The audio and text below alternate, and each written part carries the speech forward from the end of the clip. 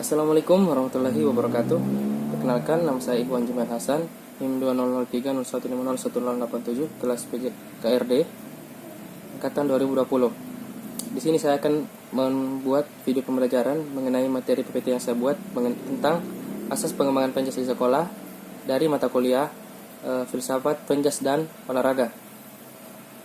Nah, pendidikan jasmani yang merupakan bagian pendidikan keseluruhan pada hakikatnya adalah proses pendidikan yang melibatkan interaksi antara anak didik dengan lingkungan yang dikelola melalui aktivitas jasmani secara sistematik untuk meningkatkan keterampilan motorik dan nilai-nilai fungsional yang mencakup aspek kognitif, afektif, dan sosial.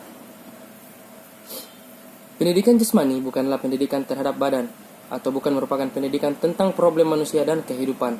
Jika kita perhatikan kembali secara seksama model pembelajaran pendidikan jasmani di bagian depan, maka dapat diketahui bahwa tujuan pendidikan jasmani terdiri dari 4 ranah, yakni yang pertama jasmani, yang kedua psikomotorik, yang ketiga afektif, dan yang terakhir kognitif. Nah, keempat ranah tersebut merupakan tujuan, sementara jika dipandang bahwa pendidikan jasmani itu merupakan bagian integral dari pendidikan, dan tujuan pendidikan itu merupakan pelengkap atau penguat tujuan pendidikan. Selanjutnya, pendidikan jasmani di sekolah dasar mencakup penurunan lingkup yang luas karena terkait langsung dengan karakteristik anak-anak dari berbagai usia.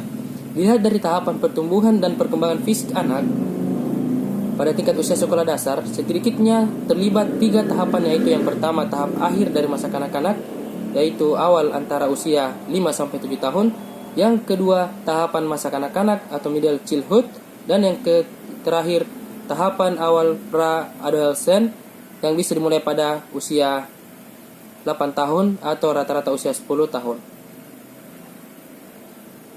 Karena begitu eratnya hubungan antara tingkat pertumbuhan dan perkembangan fisik dan keterampilan anak, ruang lingkup pendidikan jasmani yang ditawarkan di sekolah dasar semestinya dikembangkan berdasarkan kebutuhan anak-anak.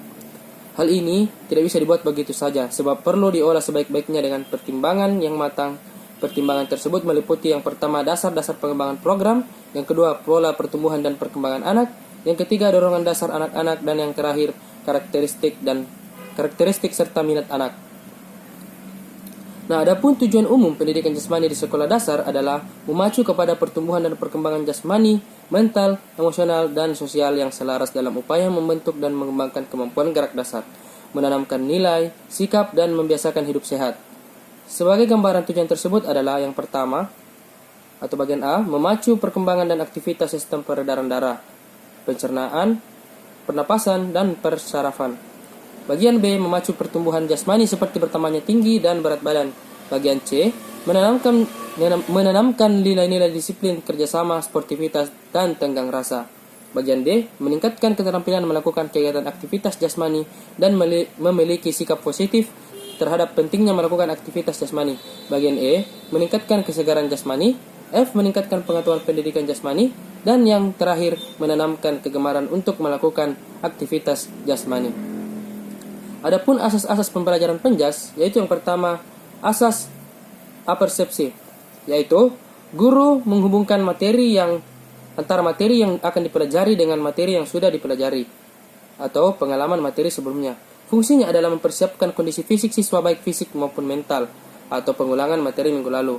Bertujuan juga supaya siswa tidak melupakan materi yang telah diajarkan di pertemuan sebelumnya. Adapun asas yang kedua, yaitu asas motivasi.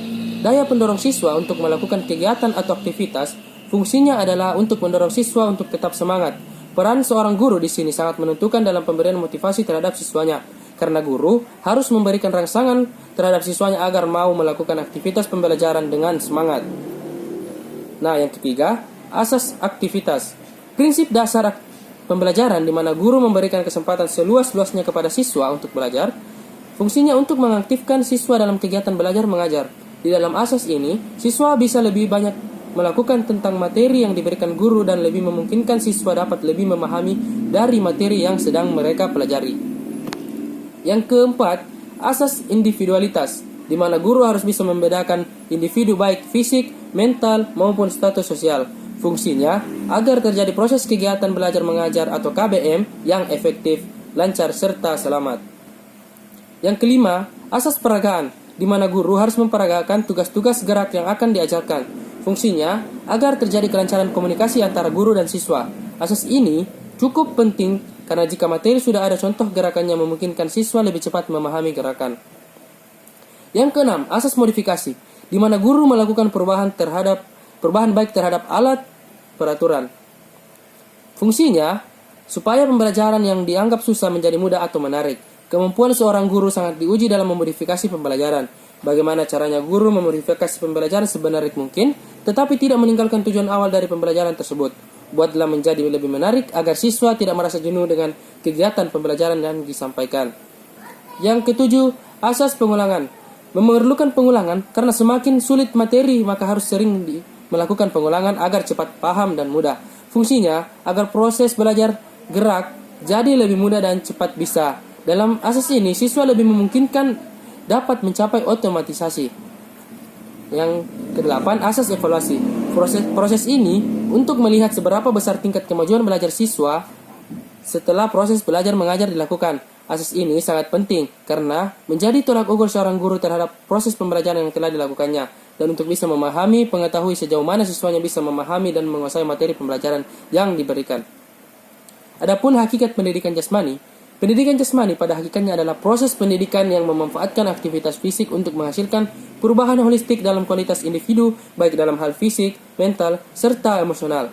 Pendidikan jasmani memperlakukan anak sebagai sebuah kesatuan utuh, makhluk total daripada hanya menganggapnya sebagai seseorang yang terpisah kualitas fisik dan mentalnya. Sekian dan terima kasih. Itulah materi PPT yang saya buat. Lebih dan kurangnya mohon dimaafkan. Dan saya tutup dengan ucapan wabillahi taufiq wal hidayah. Wassalamualaikum warahmatullahi wabarakatuh.